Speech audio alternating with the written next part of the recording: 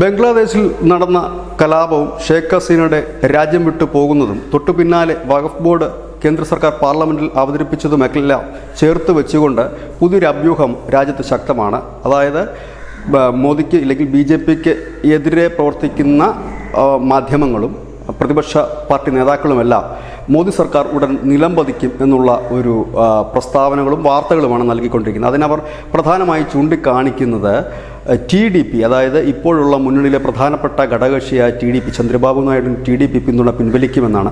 അതിന് പല കാരണങ്ങൾ പറയുന്നുണ്ട്.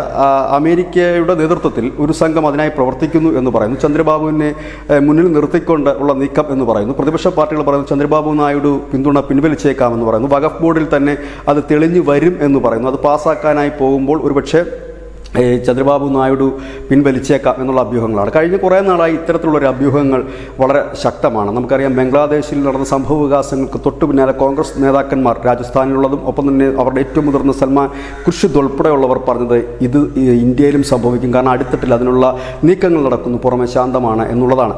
അതായത് ഈ സർക്കാരിനെ അട്ടിമറിക്കാനുള്ളൊരു വലിയ ശ്രമം, ഇല്ലെങ്കിൽ ഈ സർക്കാരിനെ താഴെ ഇറക്കാനുള്ള ഒരു ശ്രമം ഈ 2024 തെരഞ്ഞെടുപ്പിന് ശേഷം അതിന് മുൻപും നടന്നിരുന്നു. അതിൻ്റെ തുടർച്ചയായിട്ട് ഉള്ള കാര്യങ്ങളാണ് ഇപ്പോൾ മുൻപോട്ട് പോകുന്നത്.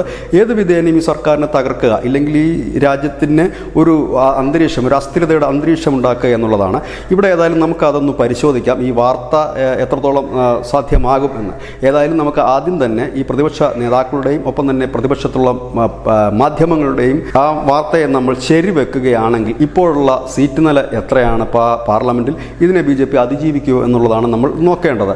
അതായത് നിലവിലത്തെ സീറ്റ് നില 543 അംഗ ലോക്സഭയാണ്. അവിടെ BJPക്കും ഘടകകക്ഷികൾക്കും കൂടി 293 സീറ്റുണ്ട്. അതിലെ പ്രധാനപ്പെട്ട ഘടകകക്ഷി എന്ന് പറയുന്നത് TDP തന്നെയാണ്. TDP ഇപ്പോൾ പിന്തുണ പിൻവലിച്ചാൽ NDAയുടെ ഇപ്പോൾ ഉള്ള മെജോറിറ്റി 293 നിന്ന് 277 കുറയും. എങ്കിലും അവർക്ക് ഭരിക്കാൻ കഴിയും, കാരണം 272 സീറ്റ് മതി ഭരിക്കാനായി. അതിനേക്കാൾ 5 സീറ്റ് കൂടുതൽ ഉണ്ടാകും. അതായത് പൊടുന്നതിനെ പിന്തുണ പിൻവലിച്ചാലും മോദി സർക്കാർ താഴെ പോകില്ല.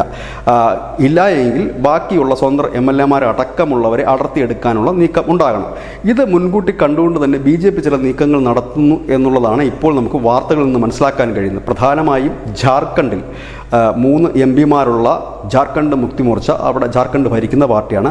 അതിൽ നിന്ന് ഒരു വിഭാഗം ഇപ്പോൾ അടർന്നു മാറി, ചമ്പാസോറിൻ്റെ നേതൃത്വത്തിൽ അടർന്നു മാറി ഇപ്പോൾ BJPയിലേക്ക് എത്തിയിരിക്കുന്നു. അതായത് ഈ 3 MP അവർക്ക് കേന്ദ്രത്തിലുള്ളത്. ഈ 3 MP 2 പേരെയെങ്കിലും അവിടെ നിന്ന് തങ്ങളുടെ പക്ഷത്തേക്ക് എത്തിക്കാനുള്ള ഒരു നീക്കത്തിൻ്റെ ഭാഗമായിട്ടാണ് ഇപ്പോൾ നടക്കുന്ന കാര്യങ്ങൾ എന്നാണ് നൽകുന്ന സൂചന. ഇനി പിന്നീട് BJP ഇപ്പോൾ ശ്രമിച്ചുകൊണ്ടിരിക്കുന്നത്, ഒരു കാലത്ത് BJPയുടെ ഒപ്പമുണ്ടായിരുന്ന ഘടകകക്ഷിയായ DMKയെ BJPയുടെ പാളയത്തിലെത്തിക്കുക. അതായത് നേരിട്ട് DMK NDAയിൽ എത്തുകയല്ല, പകരം YSR കോൺഗ്രസ് എന്തായിരുന്നു 2019 മുതൽ ഈ NDAയ്ക്ക് നൽകിയ പിന്തുണ, അതുപോലെ DMKയുടെ ഒരു പിന്തുണ ഉറപ്പാക്കുക. അതായത് പ്രധാനപ്പെട്ട ബില്ലുകൾ പാസ്സാക്കുമ്പോൾ DMK MP 22 MP ആ MP ഒന്നുകിൽ വാക്കൗട്ട് നടത്തി പുറത്തു പോവുക, അതല്ല എങ്കിൽ ചില വിയോജിപ്പുകൾ രേഖപ്പെടുത്തിക്കൊണ്ട് ബില്ല് പാസ്സാക്കാൻ അനുവദിക്കുക. അതായത് YSR കോൺഗ്രസിൻ്റെ റോളിലേക്ക് DMK എത്തിക്കാനുള്ള നീക്കങ്ങളാണ് ഇപ്പോൾ നടന്നു വരുന്നതായിട്ടാണ് ചില വാർത്തകളും റിപ്പോർട്ട് ചെയ്യപ്പെടുന്നത്. അതിൻ്റെ ഭാഗമായിട്ട് കഴിഞ്ഞ ദിവസം രാജ്നാഥ് സിംഗ് ഈ കരുണാനിധിയുടെ ശതാബ്ദി ആഘോഷമായി എത്തുകയും നാണയം പ്രകാശനം ചെയ്യുകയും ഒക്കെ ചെയ്തത് വലിയ ചർച്ചയായി മാറുകയും ചെയ്തു.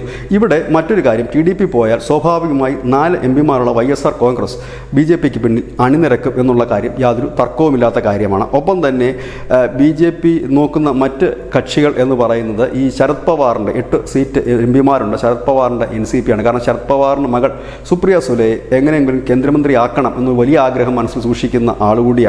ഒരുപക്ഷെ അത്തരത്തിലൊരു നീക്കം നടത്തിയേക്കാം. അതായത് ചന്ദ്രബാബു നായിഡു പിന്തുണ പിൻവലിച്ചാലും ഈ സ്വതന്ത്രന്മാർ പിന്തുണ പിൻവലിച്ചാലും YSR കോൺഗ്രസിൻ്റെ മറ്റു പാർട്ടികളുടെയും സഹായത്താൽ BJP സർക്കാർ നിലനിൽക്കും എന്നുള്ള കാര്യത്തിൽ യാതൊരു തർക്കവുമില്ല.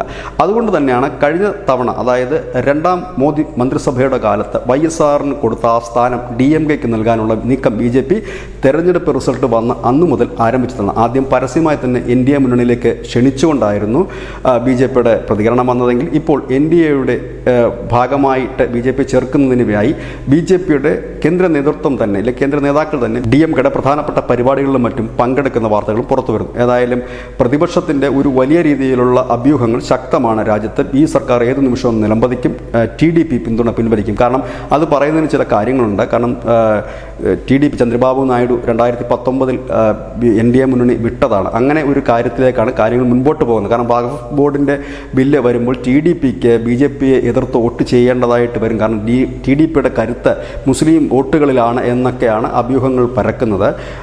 TDPയുടെ വോട്ട് ബാങ്ക് മുസ്ലിങ്ങൾ വോട്ട് മാത്രം ആയിരുന്നില്ല എന്നുള്ള ഒരു യാഥാർത്ഥ്യം കൂടി അവിടെ നിലനിൽക്കുന്നുണ്ട്.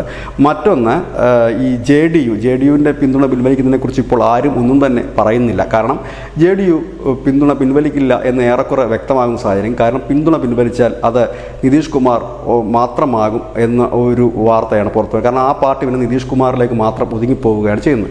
TDPയെ സംബന്ധിച്ച് പറയുമ്പോൾ നരേന്ദ്രമോദിയെപ്പോലെ ഒരു പ്രധാനമന്ത്രിയുടെ കീഴിൽ മുൻപോട്ട് പോകുന്നതാണ് ചന്ദ്രബാബു നായിഡു എന്ന മുഖ്യമന്ത്രിക്ക് ഏറ്റവും അഭികാമ്യമായ കാര്യം. കാരണം ഇപ്പോൾ തന്നെ ഈ ബഡ്ജറ്റിൽ തന്നെ വലിയൊരു തുകയാണ് ആന്ധ്രാപ്രദേശിന് നൽകിയിരിക്കുന്നത്. കാരണം ചന്ദ്രബാബു നായിഡുവിൻ്റെ ഏറ്റവും വലിയ സ്വപ്നമായ അമരാവതിയിലെ തലസ്ഥാനത്തിന് മോദി സർക്കാർ തന്നെ നിലനിൽക്കേണ്ടത് ആവശ്യമായ ഘടകമാണ്. അനാവശ്യമായി ചന്ദ്രബാബു നായിഡു പിന്തുണ പിൻവലിച്ചാലും ഇപ്പുറത്ത് സർക്കാർ രൂപീകരിക്കാൻ കഴിയാത്ത സാഹചര്യമാണ്. സ്വാഭാവികമായി പ്രതിപക്ഷം ആഗ്രഹിക്കുന്ന സർക്കാർ രൂപീകരിക്കുകയല്ല, പകരം ഈ രാജ്യത്ത് ബംഗ്ലാദേശ് മോഡലിലുള്ള ഒരു അസ്ഥിരത ഉണ്ടാക്കാൻ പറ്റുമോ എന്നാണ് കുത്തിത്തിരിപ്പ് മാധ്യമങ്ങളും മറ്റുള്ളവരും ശ്രമിക്കുന്നത്. ഏതായാലും നിലവിൽ അതിനുള്ളൊരു സാധ്യത നേരിയ രീതിയിലെങ്കിൽ പോലും കാണുന്നില്ല. ഇത് തന്നെയാണ് ന്യൂസിനെ നടത്തുന്ന പോയിന്റ്. നന്ദി, നമസ്കാരം.